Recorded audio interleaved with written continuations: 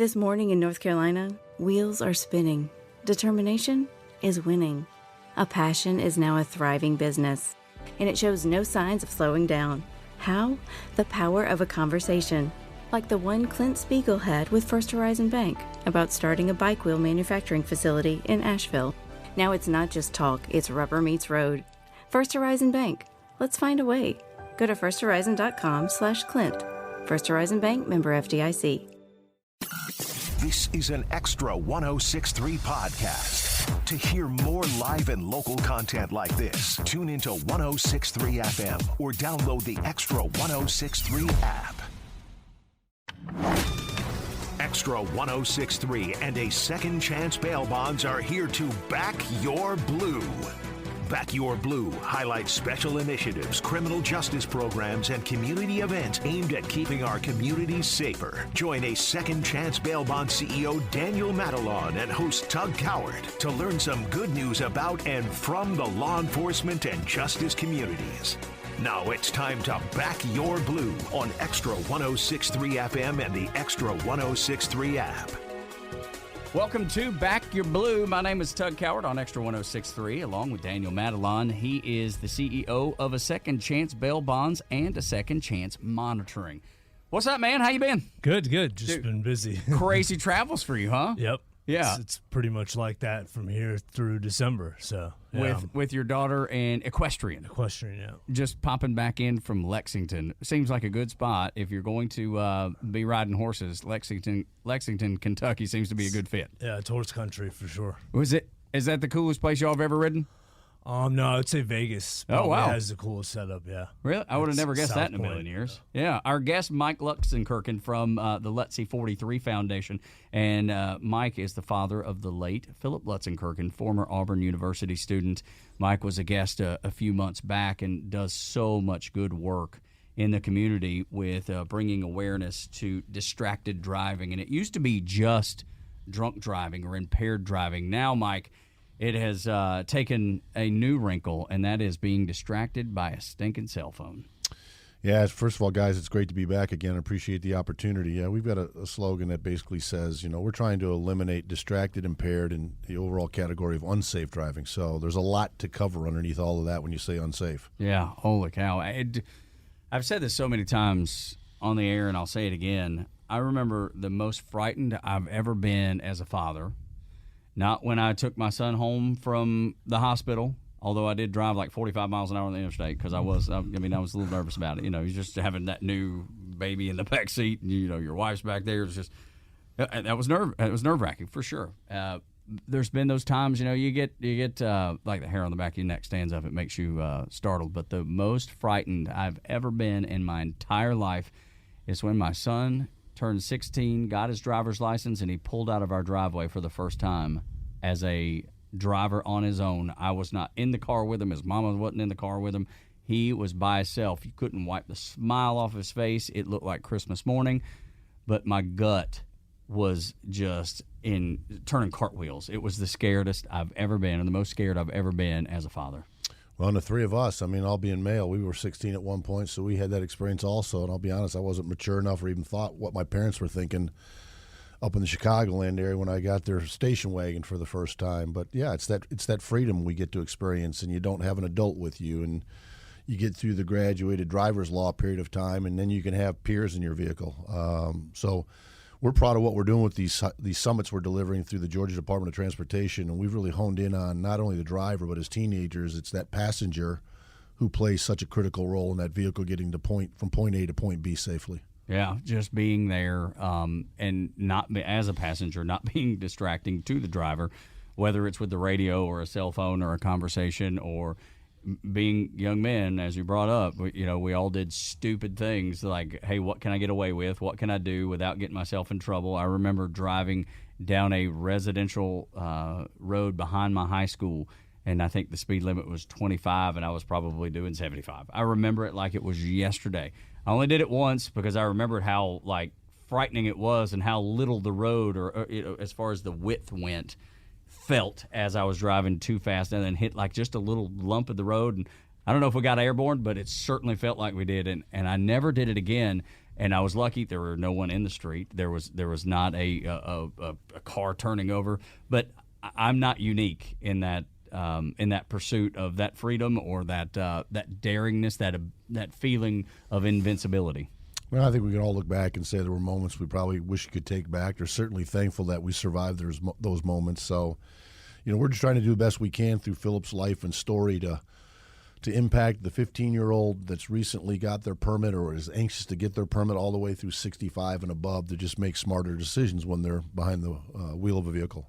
Now, Daniel, I'm sure you, being the responsible man you are these days, probably never had any experiences like that, driving crazy and carelessly, right? I definitely violated that on more than one occasion, and still do in some aspects, because when your phone's like a slot machine, you're busy all day long, and it's you don't want to miss that next deal, or your mind is telling you the opportunity, But no, for sure. I mean, the driving, I have a 16-year-old daughter who just started driving in April. So, I mean, I'm holding on for, but it's true. I mean, I see it. It happens to me. I mean, it's dangerous. I've scared myself. What did you tell her? What have you told her? How have you prepared her to be on the road by herself? Because it's not necessarily her that we're scared of. At least with my son, we taught him. We went to empty mall parking lots and drove, and then he went through driving school and driving classes. We wanted him to have the most experience behind the wheel that he could possibly have, and it still did not change the way I felt when he left for the first time. How did you talk to your daughter about it? Well, I mean, because of what I do for the last 20 years, the industry I've been in, obviously, we've had the conversation about alcohol and kids in the car and different things like that, because, look, all of these things are going to happen at some point. I'm not naive to that sense, but at the end of the day, it's like try to make that the next best decision, and that's all you can hope for, Mike, I want to bring back in Philip's life, because for someone who maybe hasn't heard Philip's story or didn't hear the last visit you were on, or even the radio rounds that you've made throughout Metro Atlanta, can you walk back through who Philip was, what he was about, what happened, and how it led you to start the Lutzie 43 Foundation? Yeah, sure. Try to give you a condensed version. Philip was the third of our four kids. He's got two older sisters and a younger sister. We're in the Lassiter community up here in Marietta. I mean, we're sitting here on this beautiful Monday morning. It reminds me of the Sunday, June 29, 2014, and when we lost Philip. Beautiful early Sunday morning. But Philip went on, had a wonderful high school career, played multiple sports, was an All-American in football at Lassiter, ended up going to Auburn University from 2009 to 12. Key member as a sophomore in the 2010 national championship team that most people associate that was Cam Newton's spectacular year in college football. So Philip went on to become a two-time captain, was a 13 All-American at the end of his junior year, had a chance to leave early for the NFL, got projected to be a third-round draft pick, and said, Dad, I'm not leaving early. I'm going to be a captain for the second time. This Auburn thing is all right. Yeah, we're going to win. We got a chance to win another national championship. Yeah. I'll be, you get to a senior year, you had two significant injuries, a torn shoulder labrum he was coming off of and a torn hip labrum in season, and only got to play in 6 games. So that projected third round turned into a free agent opportunity with the St. Louis Rams at the time, and he was their last cut in the fall of 13. Well, you get to the summer of 14, he's working in Montgomery, Alabama. He said, Dad, I'm done chasing football. I'm not going to rehab. He started a career in wealth management down there and actually got asked the opportunity to do some volunteer coaching at St. James, a private school down there, and jumped at that opportunity. And you roll into the weekend, I guess it was Friday, June 27th of 14. He went to a farm in LaGrange, Georgia. There were 13 kids there. They drank throughout the day, we've learned, and they rode horses. And then early in the morning, the driver wanted to get a can of dip. The only place in rural LaGrange that was open was a 24/7 gas station. The police asked me to watch a video of Philip's friend, the driver, walking in there at 2:30 in the morning. He got his can of dip. But then he got back in that vehicle in a road they probably weren't too familiar with, 4 kids in an SUV. They were going 77 miles in a 45, missed a stop sign, caused the vehicle to go through the air multiple times. It was landed about 450 feet from where it hit. And the one young man that got in that front passenger seat put a seatbelt on. He was drunk, but he survived it. He unbuckled his seatbelt and ran to a home for help.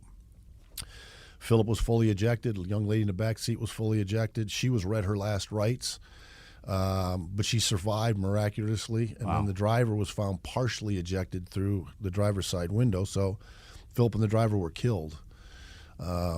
So that's when our lives absolutely turned. And this beautiful Sunday morning, as I look out the windows here, we were greeted when we got back from Mass at Transfiguration Catholic Church in Marietta with a Post-it note on our front door. We learned retrospect that a Georgia State trooper was sent up from LaGrange to let us know. I don't know how you make that walk up to a doorway. And when we didn't show up and answer the door for 30 minutes, he put a Post-it on our front door and it simply asked us to call at area code 706.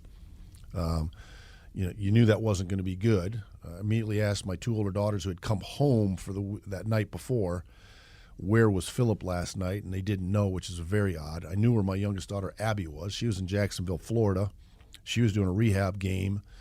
NCAA back in the day let you do a rehab game because she was coming off a hip and ankle surgery, playing soccer at Alabama. So she was on a bus coming back and made that phone call, and it was at Coroner Troop County. He just simply said, Mr. Lutzenkirchen, there was an accident last night and Philip is dead. I was with my wife, with my 2 oldest daughters. We had made our way out to the deck. Mary fell to her knees. My daughter Amy screamed at the top of her lungs, and my daughter Ann turned as white as a piece of white paper in this room. And then you realize about 10 minutes later, Abby was in a bus coming back, and that she was going to find this out through social media. So that's kind of the background story on Philip. And Philip was a young man. I wish I was mature in Christian faith and Catholicism. He was at his age, but he had a great following, did a lot of things off the field for people that really loved young kids that were born with challenges of Down syndrome, autism, spina bifida, things of that nature, or kids that got cancer, and just invested in them. There's a great story getting ready to go on in the Paralympics. That's right, Bailey Moody, right? We know her well. Talked about that, and Bailey's over and ready for those Paris. Olympics right now. She's wearing number 43 because Philip simply took time to spend time and develop the relationship when she found out she had to have a partial leg removed, right? Yeah. So that's just who he was. And so we had this platform, and now we've got people couldn't say the name Lutzenkirchen really well, so it became Lutzie. Yeah. And now we have the Lutzie 43 Foundation. Which is an incredible story. Do you still have contact with the 2 people that survived that accident? I really don't. I only met Elizabeth one time, and it was shortly after we started the foundation. She came to an Auburn alumni event, and I was whisked away by TV media coverage to do an interview for the foundation. The story that I've heard is she's from Eatonton. We've now done our summits out in that area. She's now a doctor. I think she changed her careers because of the crash. And then the other young man, Tanner, he's in the Atlanta area, married with kids, and I think has a pretty good career going on. But really, we didn't know any of those kids at all prior to the crash, and haven't gotten to know many of them. But Philip just had circles of friends throughout the Southeast Conference because of who he was. Yeah, I hope one day that changes. I hope you get to know them a little better. There's just something that's compelling to me about that story, and what insight maybe that they could provide, and the stories that they could share for Lutzie 43 Foundation. It just seems like it could be unbelievable. Well, one of the things we're proud of, you start a foundation like we did, and you're lucky to get to year 5. And we're having a 10-year anniversary, and it's because, quite frankly, all of us are susceptible to making poor decisions on the road. There's too many people making poor decisions on the road, and we continue to see increased fatality rates on U.S. roadways. We're going to leave it there for just a moment. We'll take a quick break, and then we'll come back and talk about driver safety for back to school and an event that y'all had down in Glasscock County, just southwest of Augusta, and how all that came together next on Back Your Blue on Extra 106.3.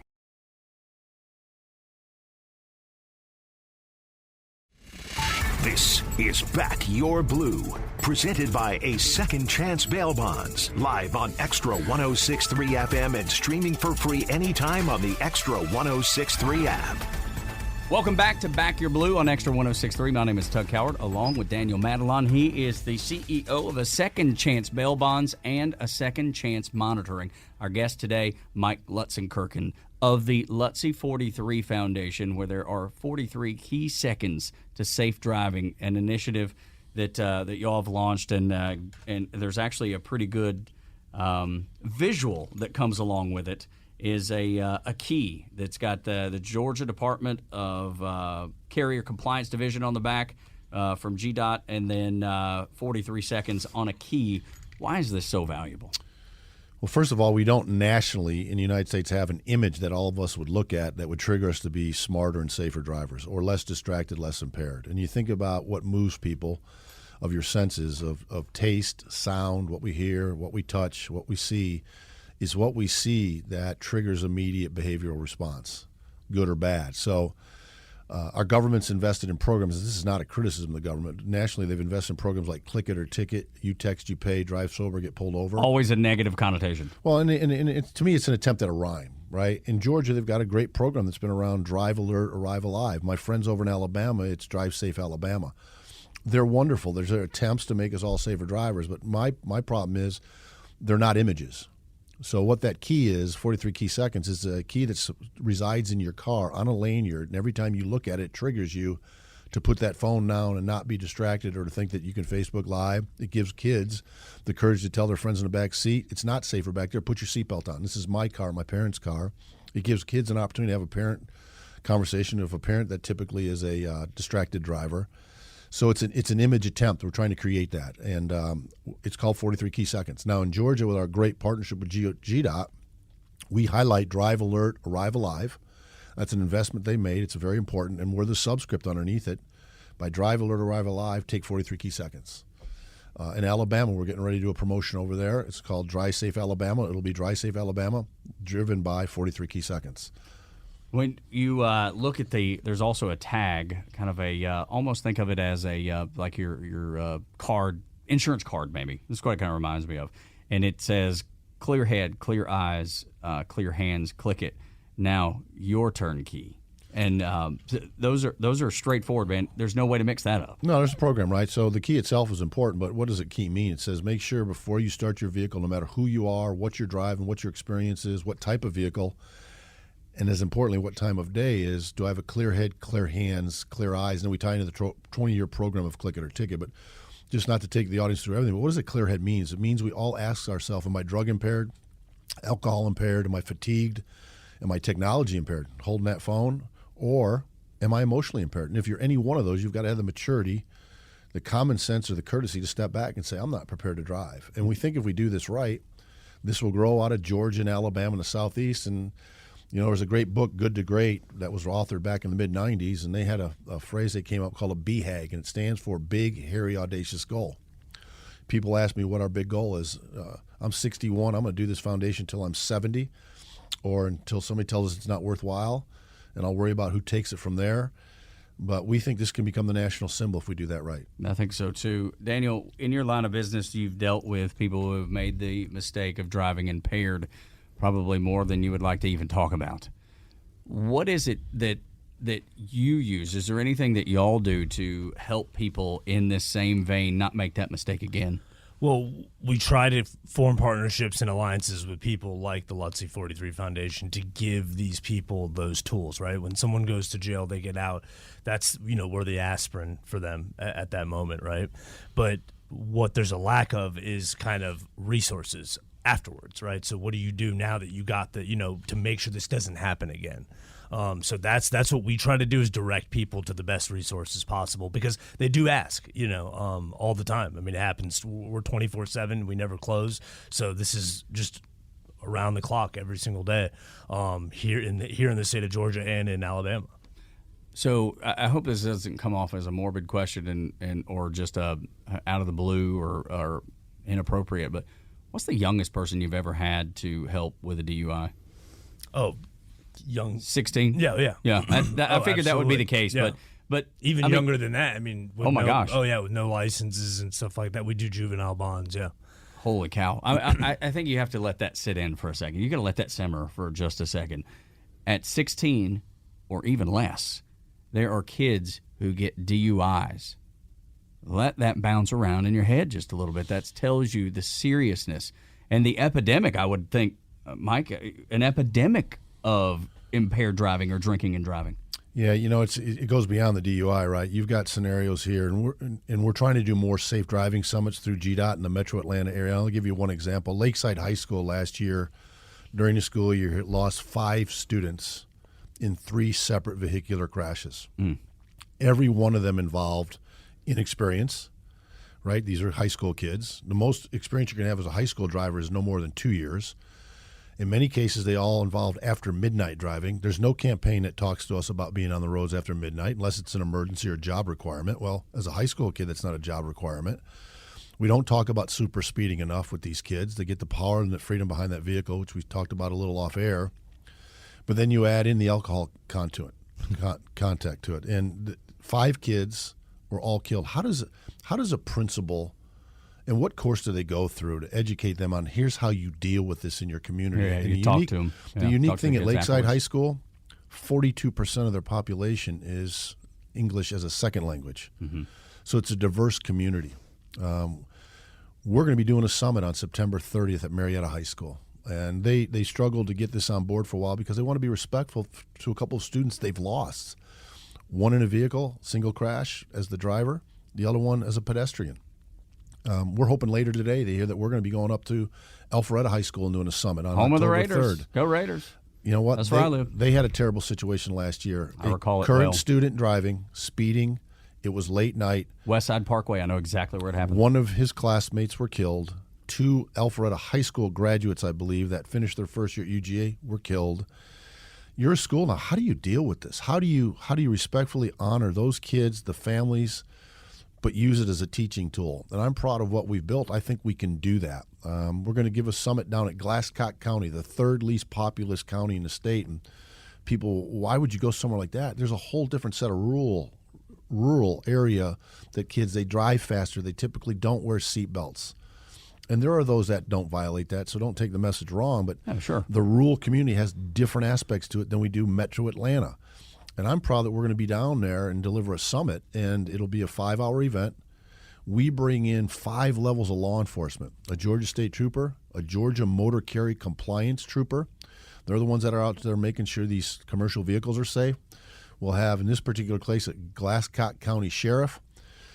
We won't have a city police because it's such a small community. Gibson City is served by Glasscock County Police, but we'll also have a school resource officer. So now you bring that into Metro Atlanta, you'll have state trooper, MCCD, county sheriff, city police, and a school resource officer, and they will do an impactful breakout session of one of 4 breakouts. And it's a 5-hour course. How did the one down in Glasscock County come about? Because I think that may be a really special story for y'all. It's a great story. We did a summit in Wilkinson County about a year ago, another very small rural community. Jeremy Kelly, the sheriff at Glasscock County, I don't know. He found out who I was. He reached out and he says, Mike, how do I bring this to my community?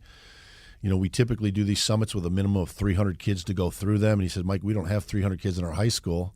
I said, can you bring another neighboring county to your school and host it and invite him? He says, let me get back to you. He went to the principal. Mr. Costello goes by Cos, just a great personality. I love that. And Glasscock County is unique. You know, we've never been on this type of campus before. It's a K through 12 public school. Man, I mean, that's like classic. That's old school. That's the Little House on the Prairie. Absolutely. You know? I think there's only 3 cities in Glasscock County.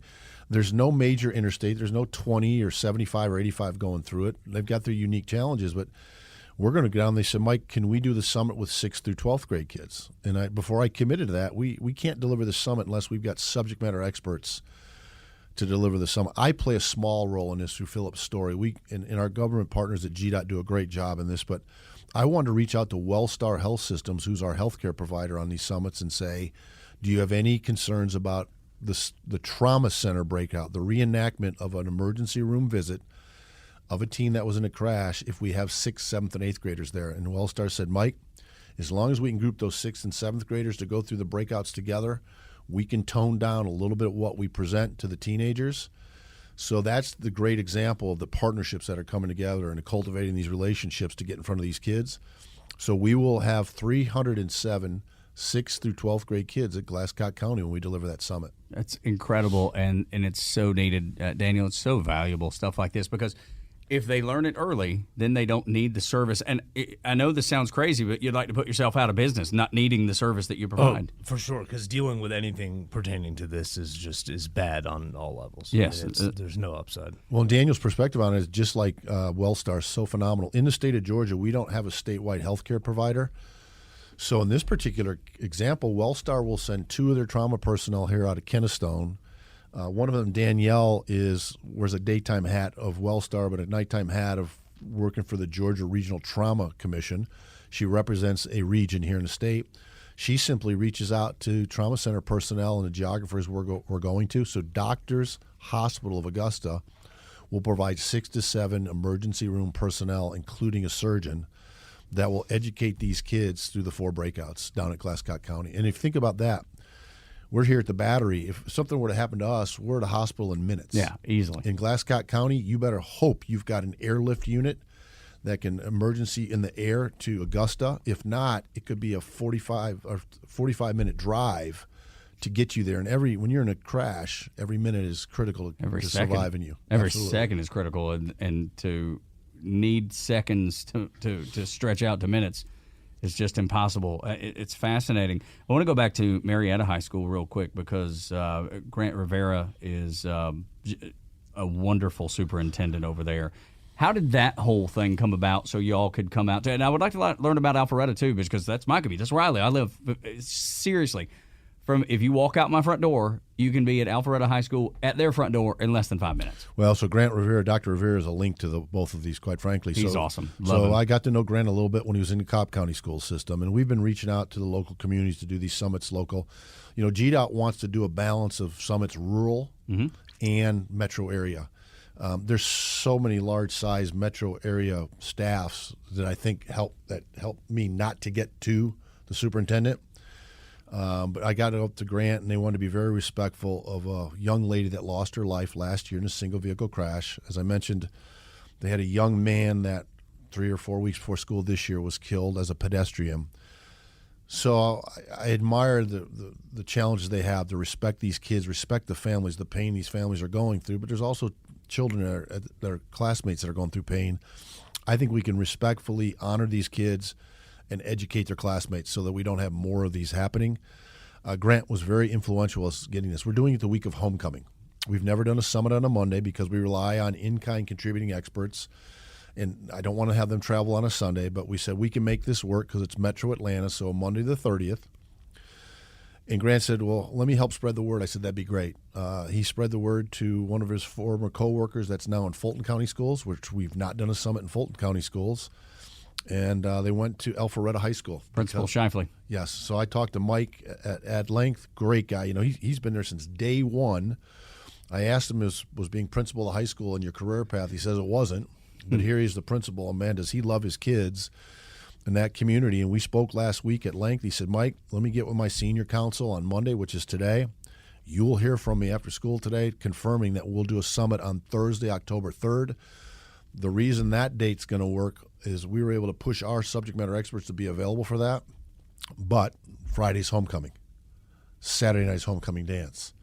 Trigger events that we've created in this country where high school kids think they can do something extra beyond what they would normally do in regards to some kids will already know where they're going to get alcohol for Friday night and Saturday night. Done deal. There's no doubt. That's easy. So there's a great timing of us doing this in both cases. It's homecoming Friday for both Marietta High School and Alpharetta High School. Yeah, I need to connect you with the athletic director over there, too.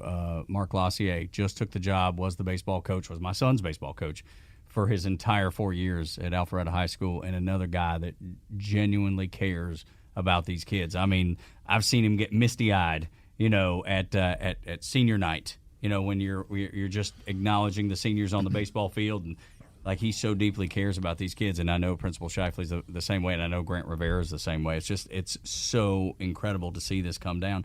But I know you'd like to get in Cobb County too.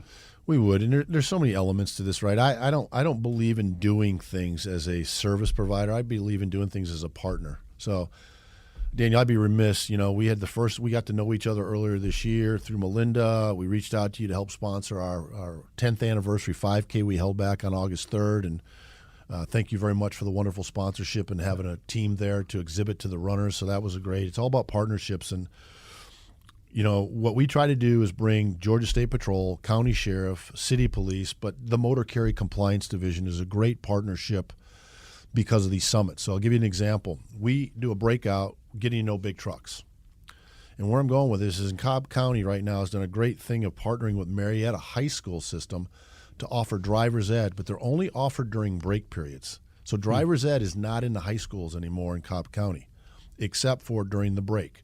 So instead of going on fall break in 3 weeks, it was a Cobb County 16-year-old that's trying to get their license, I might spend 30 hours at Pope High School or at Marietta High School, or I think it's Kennesaw High School, to get 30 hours of driver's ed. So let me guess, they would rather go to 30A than get 30 hours. Yeah, good. That's a great. I never thought about that. I might footnote you on that. Yeah, please steal do. it, but again, driver's ed, in my opinion, isn't in schools anymore because it's cost prohibitive. Yeah. So now it's incumbent upon that child and us as parents to give them those right hours. And I will tell you, with my 4 kids, I did not find a rainy day and go find somewhere where I could drive my vehicle, have them drive my vehicle at 70 miles an hour and lock it up to experience hydroplaning. So one of the things in an area is the latest stat is 78% of crashes with an 80,000-pound tractor trailer.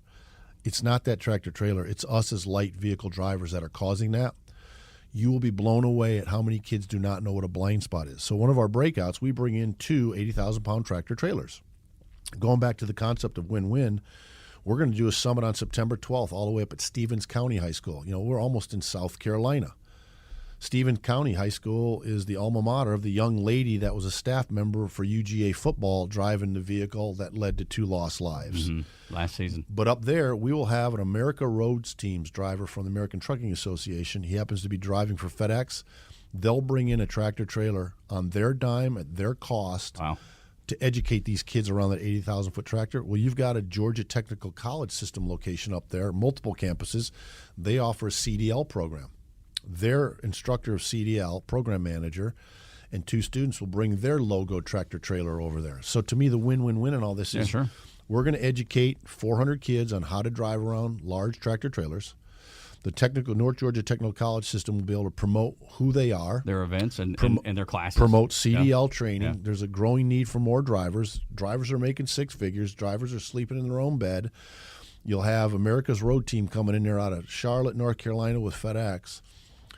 So we're just bringing all these groups together to make sure it's a win-win-win for everybody involved. And when we go back to blue, you'll have up there Stevens County Sheriff, Toccoa City Police, Georgia Motor Carry Compliance, a school resource officer, and the Georgia State Patrol. It's so special. It's so important, and it's so needed, Daniel. And I know that's why you got involved. I can see. I totally, just knowing your background, knowing what you do with this show and the people that you bring in and the ability to give people platforms to talk about what they're doing, the good that they're doing in their communities. And it makes perfect sense now why you and Mike connected. Yeah, no, and this, in my opinion, I mean, and I can speak on it because it's my opinion, but this should be in every high school. I mean, this should be part of the curriculum in the high school. I mean, they're all doing it, right? And it's dangerous. I mean, we've seen it time and time again. So I mean, the fact that it hasn't made it is mind blowing to me. I know there's obviously hurdles and things in the financially and stuff like that, but why it wouldn't be one of the first things on the list, I don't know. Yeah, Mike, do you ever see driver's ed getting put back into schools? Do you think that is going to be cost prohibitive? There's just no way that that's ever going to happen, or do you think that the Lutzie 43 Foundation could be just almost the thing that gets at least the conversation started? Yeah, I don't use the word never very often because it's such a definitive word, and I'm not smart enough to have done the research to understand what are the true prohibitors to bring driver's ed back into school. But I don't see it happening. I see a world where, especially when we talk about East Cobb and Alpharetta and Marietta, that there's enough parents that can afford to put their kids in a car. You can afford to invest the time to help them go get their driver's license. I've had this over the years. We've been doing this 10 years now with the foundation, not the summits, but I've had people at the state level in Alabama say, Mike, we've got 14-year-old vehicles in rural communities doing driver's ed. The vehicles might not be that safe for the kids, but it's the only access we have financially. Mm-hmm. So I'm not a big proponent pushing driver's ed to be back in schools because I just don't think I have that bandwidth. So we're trying to do all we can to on the private side. And I'm so proud of this partnership with GDOT. They looked at this and said, you know what, we're the expert at infrastructure, where to put in a roundabout, where to put in rumble strips, where to reduce the speed. And they partnered us to be the people element of it, right? To me, the simplicity of road safety comes down to 3 elements: infrastructure, vehicles, and people. GDOT's the expert in the state of Georgia on infrastructure. I know many people may not think that when you're talking about what's going on at Georgia 400. And Right. all these That construction's been going on for a lifetime. I felt like I was born into it. But they're doing things right to make their goal is to get you from point A to point B, and everything they do, and we're proud to say that we're partners with them. They don't have elements around the vehicle. We don't have elements around the vehicle. That's why you have companies like Zonar Technologies and Cambridge Mobile Telematics doing things. But what we think we can do is impact the behavior of the person. And that's what 43 Key Seconds all about. That's what's honoring Philip's life and his story. And we want to do it from, again, that 15-year-old anxious to get their permit all the way up to 65 and older. With a parent or a grandparent that has a kid driving, or at least they know of a kid that's starting to drive, what's the website? Where can they get the visual, the one that I'm holding in their hand, so they can hang it around the rear view mirror of the car that their kid or grandkid is driving in, to just for that 1 second go, you know what, I'm not going to answer the phone. I'll wait till I pull into the gas station, or I'll wait to send somebody a text, or heavens forbid, check Facebook or a social media site. www.lutzie, LUTZIE43.org. You can find about what we're all about and what we're doing with 43 Key Seconds. Anybody that's listening in the audience, if you can influence your high school leadership, from the superintendent on down to principals to a driver's ed program that one exists. We just were reached out by Gwinnett County, so I'm thrilled that that's the ball's rolling there. So they actually have a driver instruct leader at each one of their 17 or 19 high schools. I've lost track.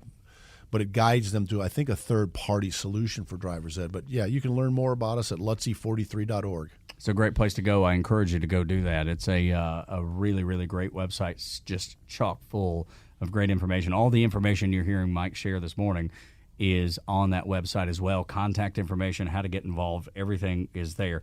When we come back, final segment of Back Your Blue on Extra 106.3, 10th anniversary of the foundation. I want to know the differences. What's different now than when you started? We'll talk about that next here on Back Your Blue.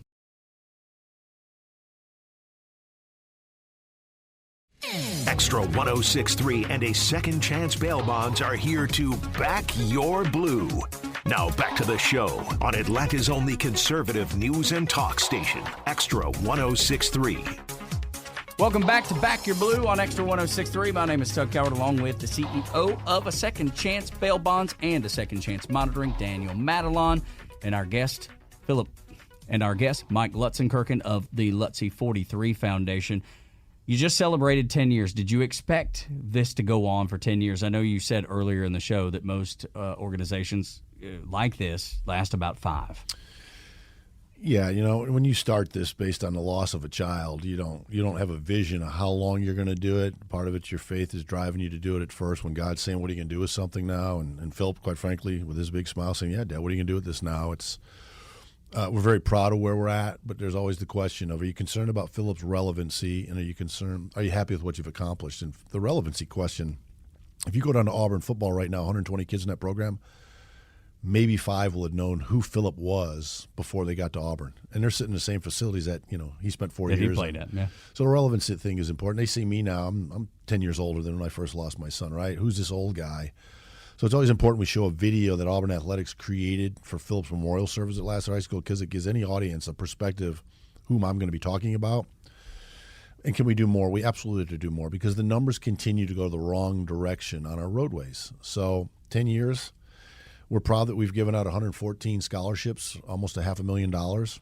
It's called the PFL Prepared for Life Scholarship. For us as a family, it's Philip Francis Lutzenkirchen. That'll continue to go on. We're getting more and more corporate partnerships that believe in what we're doing. Here's my belief. I think our government at the state level and at the national level are doing a very credible job of trying to save roadway safeties, or create roadway safety and save lives. But the numbers still go the wrong direction. We've got to get the private and the public sectors working closer together to really make a game changer, and that's what motivates me every day. What's the difference, like, from day one to 10 years now, though? Like, what is it that has gone so well you can't believe it happened, and then maybe what hasn't gone as well as you hoped it would? So bandwidth issues are one. We're 3.5 full-time equivalent employees now. My youngest daughter, Abby, now works for our foundation. But her and her husband are chasing his dream. Miller's on the Los Angeles Rams, so she's working for us from L.A. So we've gone and hired somebody local that's going to do Abby's role the days of these summit events. So that's encouraging. There's a statement among stakeholders in road safety. It's somewhat generic, but I think a lot of people follow it. It's like there is no competition for road safety, and my answer to that is there's too much competition. Too many people want credit for investments in safety to get credit for that. I get asked all the time by potential corporations or government entities, how do we know there's a good return on investment? And my first answer isn't a smart aleck answer. It's like, how do you measure something that doesn't happen? Mm-hmm. The habitual texture that's a teenager, the super speeder, the adult that's driving down I-75 in the left lane at 70 miles an hour, holding their phone up, looking at a text, looking at an email. The kids that don't wear seatbelts in the back seat, the kids that are out driving well after midnight, the parents who think their kids are going to drink, so come do it at our house. I don't know if we're going to change some behaviors of people that have been doing some of those things, but I'm confident that creating this image of 43 key seconds and giving that visual reminder in the vehicle, we get enough feedback from kids that, I was in a crash. The first thing I went and looked back for was my Lutzie 43 wristband. It made me be a safer driver. So we're getting feedback through surveys we do in front of the Safe Driving Summits with the teenagers and after, that the message is sinking in. It's I don't know, Daniel, because I know you put your money where your mouth is so often, but any corporation that would look at the Lutzie 43 Foundation and go, I just don't know about my return on investment, like that just seems to be the most empty statement that you could possibly make. Obviously, your experience losing your son, how do you put a number on that? How do you... But you don't have to. I mean, it comes from the culture and the core values of the company, right? So then that's when you question, you might question that, because for someone like me, like the first time we discussed doing it, like it's not even like, it doesn't even make it into the conversation pool of should we or should we not do this? It's so apparent. It's so obvious. Right. It's so apparent. Like what corporation sees this and goes, I'm good. So, what? But that's like saying, that's just like, like, hey, would you like to breathe oxygen today? No, I'm good. That just doesn't make sense. Those just don't make sense together. Yeah, and so, Tug, one of my big focuses, quite frankly, I think it really grew legs when COVID hit and we were all having to stay home, including corporate employees, and there's a thing called corporate social responsibility. There's so many great causes. I first of all believe that 95 out of 100, if not 99 out of 100 for-profit companies want to give back to the communities that are allowing them to be so successful. And they give to great causes like breast cancer awareness and Wounded Warrior Project and any type of backpack program or feeding the hungry. I will never ask a C-suite not to continue to invest in those. But when I get to a corporate leadership team, I want to ask them about three types of people. And they start looking at you like, okay, I'm a trucking company or I've got a large fleet. I know he's going to ask me about my commercial drivers. And I say three types of people, scale of 1 to 10, with 10 being the best. Describe to me, if you will, your safety culture, specifically safety culture and expectations behind the wheel, how often you refresh that, how often you promote it, and what are the ramifications if an employee doesn't follow it. And the first one I ask about is anybody that's driving your logoed vehicle. And you get the C-suite that kind of looks around the room. It's typically the CEO or the vice president of safety that answers the question. He says, Mike, we're a 7 out of 10. Or we're a 5 out of 10. I've only had one say to me 10 out of 10. And was he? But the average, were they? Right, but the average score is 7 out of 10. Okay. Which sports-oriented guy. Yeah, that's wow, winning. If you're Austin Riley hitting 700, you're in the Hall of Fame. But if you're shooting 70% from the free throw line, there's right in any event, there's an improvement. So it just depends on where you are, what you're doing. That's right. There's an improvement opportunity, and they all look at you and say, we can do more. And you can start to see the light bulbs go on saying, how can we do that? So now, but they're like, who's that next audience? And I said, let's use a trucking company as an example. How about your warehouse personnel, your dispatcher, your HR, your social media team, your marketing team, your janitorial? Do you package your safety expectations behind the wheel so that they have to follow those in their own vehicle? And now you get that stare like, we're not doing that. Mm-hmm. So I already know the answer to the third audience, and I think they know who the third audience is. I said, let me tie into where I think you have an opportunity to really look at your corporate social responsibility. And don't stop with where you're already investing. But the community starts with the family members of your employees. Package your safety protocol expectations for your commercial drivers so that every employee can take it home to their driving age family members. Now you're starting some conversations. Now you're the snowball is getting bigger. Oh, now you're getting into the community. Yeah. The communities that you love and serve starts with the family members. And now you get the average score, Mike, is we're not doing that. Yeah. We haven't done that. And that's what excites me about what we think 43 Key Seconds do and the easy button we can give companies. This is the package, that lanyard with your logo, corporate logo on it, going to your employee family members. Man, talk about employee appreciation and respect. That's where we're really excited about. An intact family. I can't think of anything else that's more special than that. And keeping drivers and those families safe. And 43 Key Seconds certainly starts the ball rolling to getting that done. Mike, thank you so much for taking the time. We love what you're doing with the Lutzie 43 Foundation and hope you'll come back again real soon. Appreciate what you guys are doing and impacting your audience. So what an honor. Thank you. And Daniel, of course, we wouldn't have the show without you, obviously sponsoring the Lutzie Foundation and bringing this content and this discussion to the air, man. Can't thank you enough. Yep. This is Back Your Blue on Extra 106.3. This is an Extra 106.3 podcast. To hear more live and local content like this, tune into 106.3 FM or download the Extra 106.3 app. This morning in the Atlanta airport, no one's missing a meal on Mac Wilburn's watch. With 11 restaurants to serve passengers, he's got dining for every destination. And it all started when Mac talked with First Horizon Bank about opening a franchise in the airport. Now it's open for business and cleared for takeoff. First Horizon Bank. Let's find a way. Go to firsthorizon.com/Mac. First Horizon Bank, member FDIC. Hey sandwich lovers, today's your lucky day. There's a whole new way to roll for lunch or dinner delight with Nucky's Hoagies in the Roswell Corners Shopping Center. Now open. Nucky's Hoagies in Roswell is family owned and operated by the Sub-Sisters, Stacy and Shannon, whose love language is food and Nucky's Hoagies, their passion. When you bite into a Nucky's Hoagie, you'll taste the difference. The softest hoagie rolls ever, along with hunger-quenching sandwich combinations. Make Nucky's Hoagies in Roswell on Woodstock Road your new favorite spot for lunch or dinner. D. Geller & Son Jewelers is celebrating 85 years in Atlanta this month. It's been an honor to be your hometown family jeweler since 1939. D. Geller & Son is still 100% family-owned and operated, and we love our community. That's why we have trained jewelers you can trust in every store for professional, reliable service on site. It's why we have Atlanta's best lifetime care plan for free, covering everything from ring sizing to diamond upgrades. Come celebrate 85 years with us in Atlanta, Kennesaw, or Sandy Springs, and read our story online at dgeller.com.